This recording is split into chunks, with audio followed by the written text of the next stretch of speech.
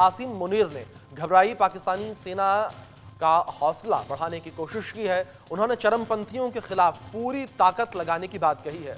रावलपिंडी में मुनीर ने बलूचिस्तान और खैबर पख्तूनख्वा में पाकिस्तानी सेना की खराब हालत की बात कबूली है।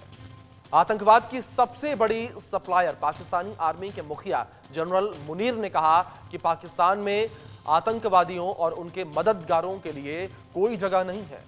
ये बड़ा हैरानी भरा है कि आतंकी मुल्क आतंकियों को खत्म करने की बात कह रहा हो। पाकिस्तानी आर्मी चीफ ने देश में बढ़ती हिंसा के लिए घरेलू और विदेशी ताकतों के बीच गठजोड़ को जिम्मेदार ठहराया। इस दौरान जनरल मुनीर पाकिस्तान का पुराना कश्मीर राग अलापने से नहीं चूके और जहर उगला आज इसी मुद्दे पर मेहमानों के साथ चर्चा करेंगे। कैसे आतंकी मुल्क आतंक से ही गिर गया है और इस पर एक सर्वे भी हम लेकर आए हैं। चलिए, सर्वे में हमने पहला सवाल पूछा कि बलूचिस्तान और खैबर पख्तूनख्वा में हमलों से तिलमिलाए पाकिस्तानी आर्मी चीफ क्या हमले रोक पाएंगे। कुछ इस तरीके से इसके आंकड़े निकलकर सामने आए हैं, जिसमें 46% लोगों ने हाँ कहा है कि हाँ सक्षम है, हमले रोक पाएंगे, लेकिन 50% लोगों का यह कहना है कि नहीं रोक पाएंगे और 4% लोग ये कह रहे हैं कि इस विषय में कुछ कह नहीं सकते, यानी कि वो कंफ्यूज नजर आए। उन्होंने कुछ भी अपनी राय रखने से इस पर दिलचस्पी नहीं दिखाई। अब बात करते हैं हमारे सर्वे के दूसरे सवाल को लेकर और उसकी रिपोर्ट को लेकर। सवाल यह था कि बलूचिस्तान और खैबर पख्तूनख्वा में विद्रोही मजबूत क्यों हैं। स्थानीय लोगों का समर्थन, बाहर से फंडिंग, कमजोर पाकिस्तानी सेना और कुछ कह नहीं सकते। तो कुछ इस तरीके से आंकड़े निकलकर सामने आए हैं। 42% लोगों ने कहा कि स्थानीय लोगों का समर्थन है, 14% लोगों ने कहा कि बाहर से फंडिंग है, कमजोर पाकिस्तान सेना है, 26% लोगों ने माना और 18% लोगों का यह कहना था कि इस विषय पर कुछ कह नहीं सकते, यानी कि कुछ भी स्थितियां परिस्थितियां क्लियर नजर नहीं आ रही, ऐसा मानना 18% लोगों का है। तो कुछ इस तरीके से ये आंकड़े निकलकर सामने आए हैं। फैसला आपको करना है और इसी विषय पर बातचीत करने के लिए हमारे साथ दो खास मेहमान जुड़ गए हैं। उनका परिचय आपसे करवा दूं। हमारे साथ रिटायर्ड मेजर मोहम्मद अली शाह जी जुड़े हैं, रक्षा विशेषज्ञ हैं, और पाकिस्तानी पत्रकार मियां आसिफ अली जी हमारे साथ जुड़े हैं। आप दोनों मेहमानों का बहुत स्वागत है इस चर्चा में। चर्चा की शुरुआत मैं करना चाहूंगा मेजर साहब से। अली शाह जी, जिस तरीके की तस्वीरें इस वक्त लगातार पाकिस्तान से निकलकर सामने आ रही हैं और जो स्थितियां बनी हुई हैं, उन स्थितियों के लिए आप किसको जिम्मेदार मानते हैं? क्या आपको लगता है कि जो सर्वे हमने किया उसकी जो रिपोर्ट निकलकर सामने आई वो सही है?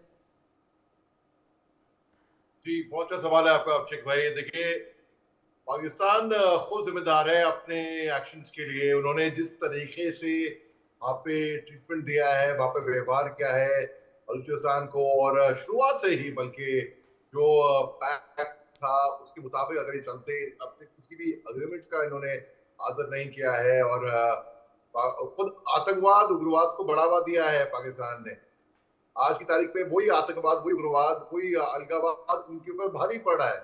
जी ये क्रिएशन इनका था। इनके मिनिस्टर ने पार्लियामेंट में खड़े होकर बोला है, क्या जरूरत थी हमको मुजाहिद पैदा करने की। आज की तारीख में वही मुजाहिद हमारे लिए भारी पड़ गए हैं। हिलरी क्लिंटन ने इनके पार्लियामेंट में बोला है, अगर आप सांप पालते हैं ये समझ के कि सांप आपको नहीं धसेगा, आपके पड़ोसी को धसेगा, तो आप गलत समझ रहे हैं।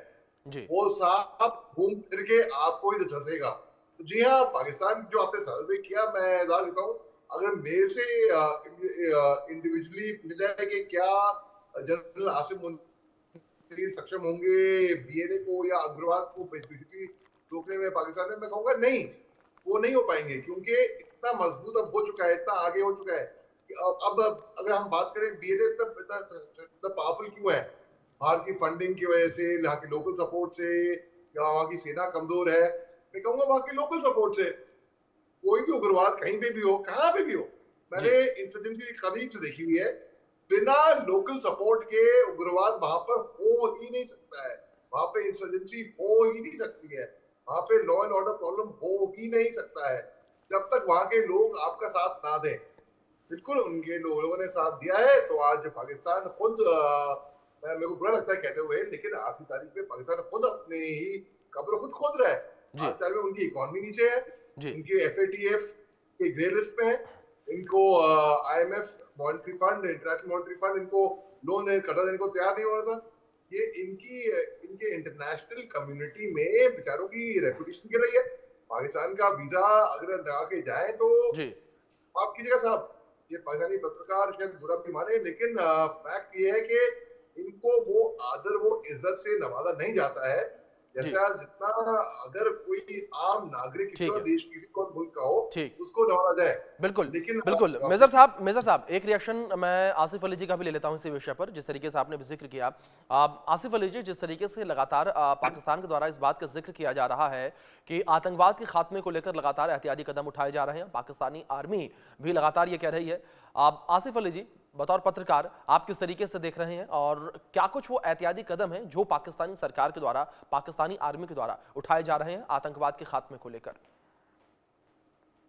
जी अभिषेक, ये जो आतंकवाद है, ये जो मिलिटेंसी है, ये किसी एक मुल्क का मसला नहीं है। इस जी वक्त पूरी दुनिया के अंदर बल्कि जो जी 80% कंट्रीज है वहां पे किसी ना किसी सेंस में, किसी ना किसी सूरत में मिलिटेंसी मौजूद है। और जो भी मुल्क के इदारे होते हैं, जो भी किसी कंट्री की सिक्योरिटी फोर्सेज होती हैं और दीगर इदारे होते हैं, पुलिस होती है, दीगर इदारे होते हैं, वो उसको कंट्रोल करने के लिए कार्रवाइयां करते रहते हैं। जाहिर बात है, मुख्तलिफ ममालिक होते हैं, प्रॉक्सीज होती हैं सब ममालिक की, वो लोग उनको सपोर्ट कर रहे होते हैं। कई ममालिक के बहुत से इंटरेस्ट होते हैं बहुत सी जगहों पर, जिनकी वजह से और बाज़ औक़ात कई ममालिक इंटरेस्ट मिल जाते हैं एक जी कंट्री में, जैसा कि पाकिस्तान में बलूचिस्तान में हो रहा है। तो वो मिलकर भी वहाँ पे ऑपरेशन कर रहे होते हैं। तो इस वजह से मिलिटेंसी फैलती है, बढ़ती है, चल रही है पाकिस्तान के अंदर भी, बलूचिस्तान में या केपीके में। लेकिन इदारे जो हैं उससे निपटने के लिए भरपूर तरीके से सरगर्म हैं और वो अपनी कार्रवाइयां पूरी कर रहे हैं। क्योंकि कुछ अर्सा पहले पाकिस्तान की मुआशी सूरत हाल भी काफी खराब हो गई थी। अब क्योंकि मुआशी सूरत हाल बहुत बेहतर हो गई है पाकिस्तान की, पाकिस्तान बहुत अच्छे तरीके से ग्रोथ कर रहा है, तरक्की की तरफ जा रहा है। तो इस वजह से भी जिन ममालिक को ये पसंद नहीं है कि पाकिस्तान मुस्तहकम हो या तरक्की करे, उन्होंने उसी हिसाब से मिलिटेंसी उसमें भी तेजी कर दी है। लेकिन वैसे एक बात है अभिषेक जी, मैं वैसे हैरान हूँ कि जी अभी तक आपने किसी ऐसे सर्वे में मुझे इनवाइट नहीं किया जो मणिपुर के मुतालिक को, इतना बड़ा यार वहाँ पे इशू हो चुका है, साथ नागालैंड भी गर्म होता है, वहाँ पे इतनी सूरत हाल चल रही है, कभी वहाँ पे भी तो कोई सर्वे करवाइए ना। लेकिन मुझे तवक्को है कि मणिपुर को इंडियन हुकूमत यकीनन संभाल लेगी, क्योंकि कहीं पर भी जो पसंदी की आसिफ तहरीकें जी हैं या आसिफ जो जी जिस मिलिटेंसी तरीके है। से अगर आपने मणिपुर का जिक्र किया तो मैं उस पर भी आपको अपडेट दे दूं कि वहां को लेकर भी सर्वे जो है करवाए जा रहे हैं और शांति बहाल वहां पर हो चुकी है। ठीक है, स्थितियां वहां पर विपरीत हो गई थी। खुद देश के माफ कीजिएगा गृह मंत्री अमित शाह ने भी संसद में इस बात का जिक्र किया कि किस तरह से वहां पर पैरामिलिट्री फोर्सेज है, हालात को वहां पर संभाले हुए है, तो शांति वहां पर बहाल हो चुकी है। ठीक है, लौटूंगा मैं आपके पास दोबारा एक बार। अली शाह जी मैं आपका रुख करूंगा और जिस तरीके से यहाँ पर आसिफ अली जी ने जिक्र किया कि तमाम जिस तरीके से जो मिलिटेंस है यानी कि आतंकवाद है उससे पूरी दुनिया कहीं ना कहीं ग्रसित नजर आ रही है। लेकिन मेजर साहब जो स्थितियां पाकिस्तान में देखने को मिली, जिस तरीके से तमाम जो आतंकी पाकिस्तान में पाए गए, पाकिस्तान में उन्हें पनाह दी गई और खुद पाकिस्तानी हुकूमत ने समय समय पर इस चीज को माना भी है कि जिस आतंकवाद को उन्होंने पाला पोसा वही उनके ऊपर हावी होता हुआ नजर आया। बिल्कुल, देखिए आसिफ अली दाऊदी साहब ने अभी जब मणिपुर नागालैंड के बारे में बात करी, जी जो हमें नॉर्थ ईस्ट के बारे में बात करी, तो इनको ये शायद इनके जहन में होगा खैबर पख्तूनख्वा जो बॉर्डर करता है कि पाकिस्तानी प्रोविंस के जो खैबर पख्तूनख्वा है वो इनके नॉर्थ ईस्ट में बलूचिस्तान की तरफ को बॉर्डर करता है। तो अक्सर मैंने देखा है कि ये तो इनको थोड़ा बहुत आइडिया लग रहा है, मगर मैंने अनुमान तौर पे मेरी ऑब्जर्वेशन रही है कि जो पाकिस्तानी पत्रकार या जो पाकिस्तान से कहीं पे भी आपके चैनल पे नहीं अलग भी चैनल में बैठता है, उसको खुद को अपने ही मुल्क की जानकारी नहीं होती। उसको अक्सर वो बेचारा लॉस होता है कि क्यों आए हैं, क्या आए हैं, किस पे बोलना है, उसको वो रिसर्च करके नहीं आया होता है। कम से कम भाई साहब को तो मालूम है कि कम से कम जो मुझे शुक्र है मुझे कि इनको मालूम है कि कम से कम मणिपुर कहाँ है। इनको अगर ये भी मालूम है कि मणिपुर कहाँ है, इनको ये भी मालूम होगा कि मेजर मोहम्मद अली शाह ने मणिपुर के इतने ज्यादा एनालिसिस करें, इतने ज्यादा एनालिसिस करें, शायद दुनिया में किसी ने नहीं करी होंगे। ये इनको पता होगा क्योंकि मेरे को बहुत मोहब्बत है अपने north east part of India से, खासतौर से मणिपुर के, वहां की बोली भी बोलता हूँ मैं। तो यहाँ पे इनके पाकिस्तान को सॉर्ट आउट करने के लिए एक इंडियन आर्मी ऑफिसर ही काफी है, मेजर गौरव आर्या, जो न्यूज पे इनको सॉर्ट करता है। नॉर्थ ईस्ट के विषयों पे एक आर्मी ऑफिसर जो बोलता है वो मेजर मोहम्मद अली शाह। तो हम तो इनको इतना आइडिया होना चाहिए। इसके अलावा इनको अगर इनकी मुल्क के बारे में बताएं तो इनको ये मालूम होगा कि बलूचिस्तान सबसे बड़ा लार्जेस्ट प्रोविंस है पाकिस्तान में लैंड एरिया के मुताबिक और लीस्ट पॉपुलेटेड है। क्यों? इतना बड़ा इलाका होके भी इतना कम पॉपुलेशन क्यों? एक लॉजिकल बात है ना, अगर सबसे बड़ा इलाका होगा तो वहां पे पॉपुलेशन आएगी। ठीक है, एक मैं आपको बताऊंगा क्यों, ये भी बताऊंगा आपको क्यों। ठीक है, अब वो मैं आपको बताया खैबर पख्तूनख्वा जो इन्होंने, ये शायद इनके जहन में आया होगा, और पंजाब ईस्ट और सिंध साउथ ईस्ट में इनके बलूचिस्तान के में पड़ता है, और वो इंटरनेशनल बॉर्डर है उनका ईरान के साथ, वेस्ट में अफगानिस्तान के साथ, और नॉर्थ में, और अरेबियन सी साउथ में इनके पड़ेगा। ठीक है, क्या नाम, मैं नाम भूल रहा हूँ, पत्रकार साहब, पाकिस्तानी पत्रकार साहब, आप अभी अगर आपकी मैं इल्म के लिए बोल रहा हूँ ये। और बलूचिस्तान को एक एक्सटेंसिव प्लेटू है, वो रफ टेरेन जो डिवाइड हुआ है बेसिन रेंजेस में, काफी हाइट और रगेडनेस के अंदर, और जो डीप सी पोर्ट है, पोर्ट ऑफ ग्वादर, वो लाई करता है इनके अरेबियन सी में। ये आसिफ अली दाऊदी साहब के लिए नाम याद आ गया मेरे को, माफ कीजिएगा, इनके लिए, इनकी जानकारी के लिए बता रहा हूँ मैं। अच्छा, उसके बाद फिर 44% इनका लैंड इलाका पाकिस्तान का, उसमें से केवल 5% एरेबल है, और एक्सट्रीमली ड्राई डेजर्ट इनका क्लाइमेट है।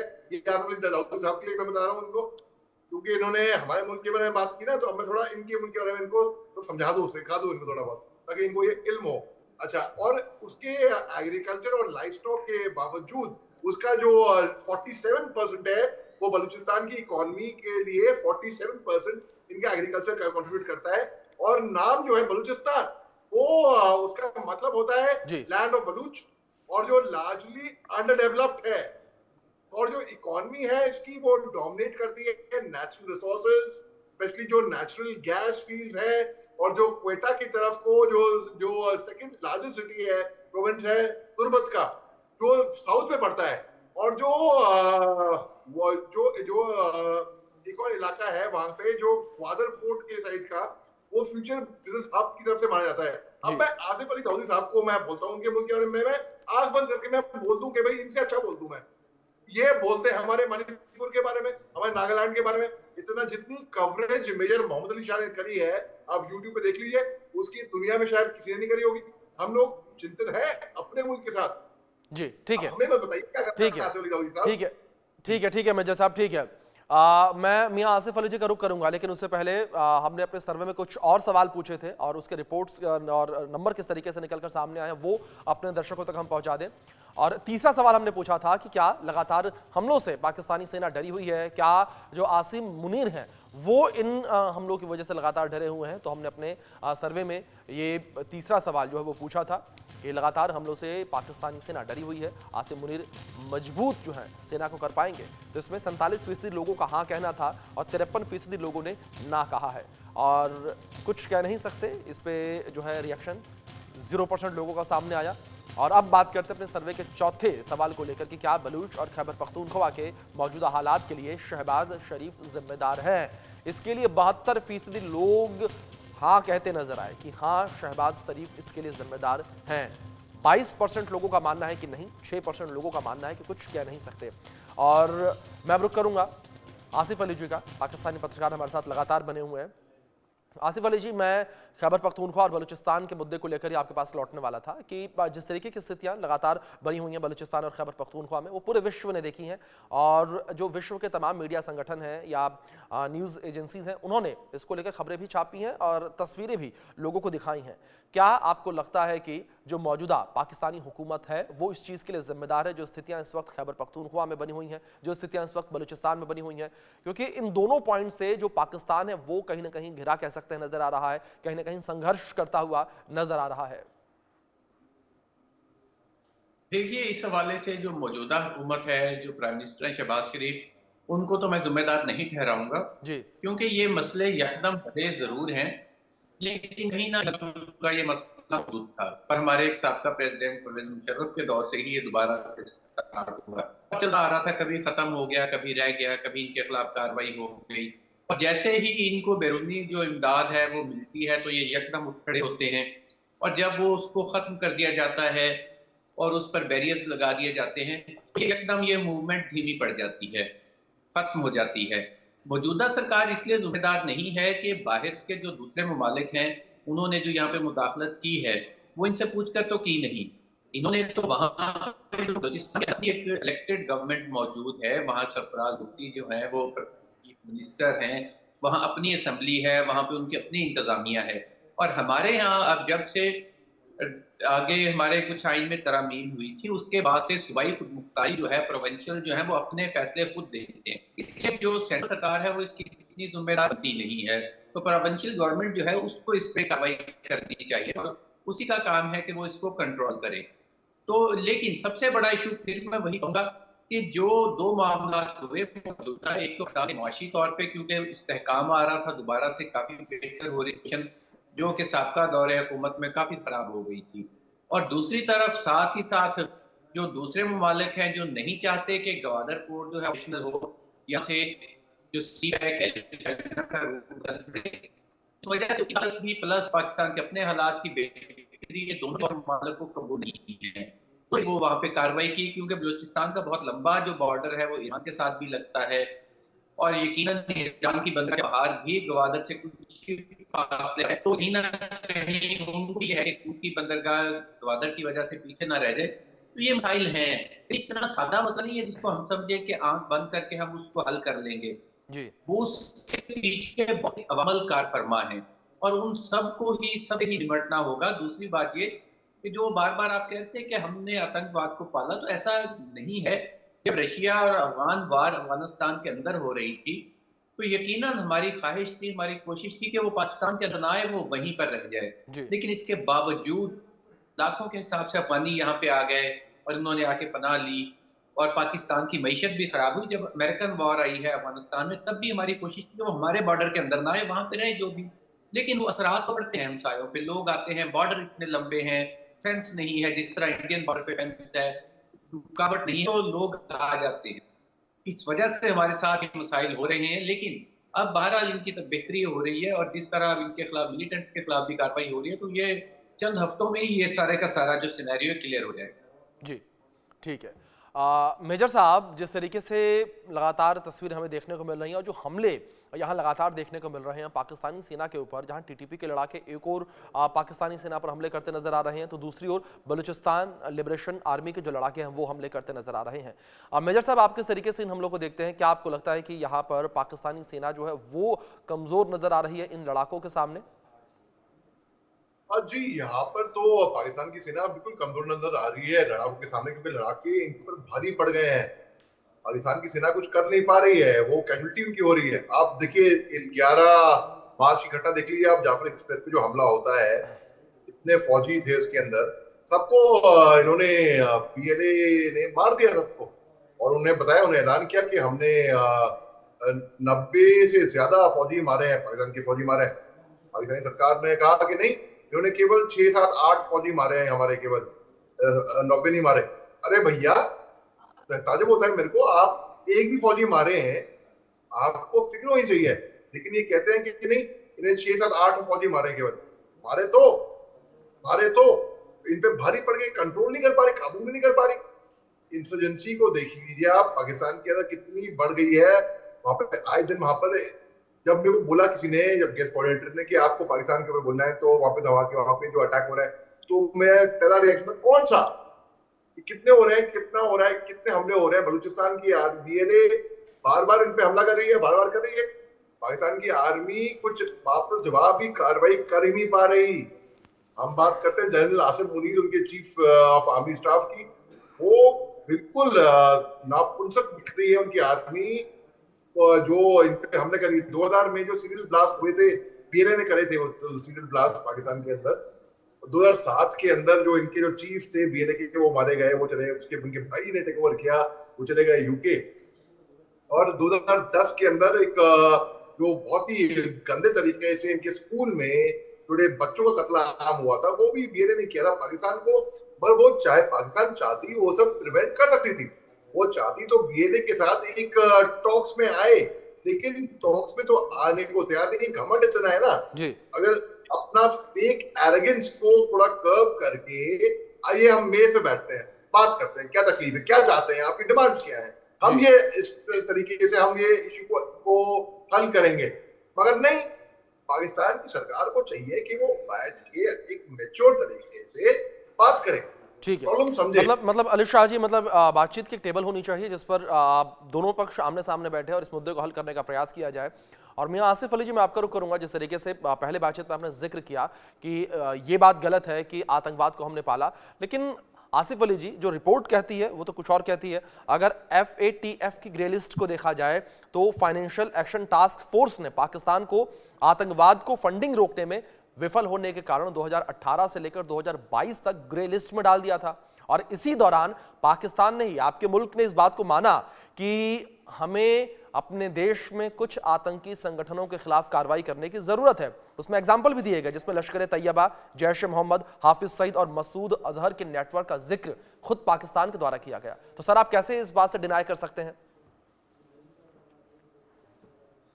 देखिए, मैं समझता हूं कि FATF में डालने का पाकिस्तान को फायदा ही हुआ है, नुकसान नहीं। जी, जाहिर में चीज़ नजर आ रही होती है कि शायद वक्ती तौर पे इनका आपको नुकसान हो रहा है या बहुत पता नहीं क्या तूफान आ गया। उसका फायदा सबसे ज्यादा ये हुआ कि जो पाकिस्तान की इकोनॉमी, जो यहाँ पे मामला के, जो पैसों के मामला थे, जो जी, फाइनेंशियल मामला थे, वो बहुत ज्यादा एक लूप में आ गए और बिल्कुल वो क्रिस्टल क्लियर हो गए। जो लोग टैक्स नहीं देते थे, टैक्स की पैसे आ जाते थे चोरी रास्ते से, कहीं से आ गए, कहीं से चले गए, तो वो उन सब सोर्सेस को, उन सब रास्तों को सख्ती के साथ बंद किया इंतजामिया ने, हुकूमत ने। मैं कहता हूं कि वो का फायदा हमें ही हुआ है। हमारी एक्सपेक्टेशन बढ़ गई, हमारी रेमिटेंस बढ़ गई, जी, हमारे जो पैसा आता जाता था उस पे गवर्नमेंट को टैक्स ज्यादा मिलना जी, शुरू हो गया। उस पे और पूरी दुनिया ने उसको तस्लीम किया है कि पाकिस्तान तो और ग्रे लिस्ट से निकाला गया है। अब ऐसा कुछ है नहीं, कोई किसी को किसी तरह की कोई सूरत रह जाए। तो मैं समझता हूँ ये बहरहाल पाकिस्तान ने इस पे बड़ी जिम्मेदारी का मुजाहरा किया, जो फोर्स करे, जो कहीं ना कहीं से कोई चीज कहीं चली जाए, वो अब रुक गई है और ये बड़ा अच्छा इकदाम हुआ। तो अब वो मामला तो नहीं है। दूसरी बात, आपने कुछ नाम लिए जैश के या लश्कर के, तो उनका पाकिस्तान में किसी किस्म का नेटवर्क मौजूद नहीं है। जी, और लश्कर तो वैसे भी जो था वो पाकिस्तानी नहीं था, उसका तो कश्मीर के साथ लिंक था, कश्मीर के अंदर से वो ऑपरेट हो रहा था। और ये जो है दूसरा जैश भी, अब तो वो तो है ही नहीं ना, जैश का तो नाम ही नहीं रह गया। उनके जो थे मौलाना मसूद, वो भी कहीं नजर नहीं आते, बिल्कुल नहीं है। जी, तो जो थोड़े बहुत कुछ लोग शिद्दत पसंद पाकिस्तान के अंदर पाए भी जाते थे,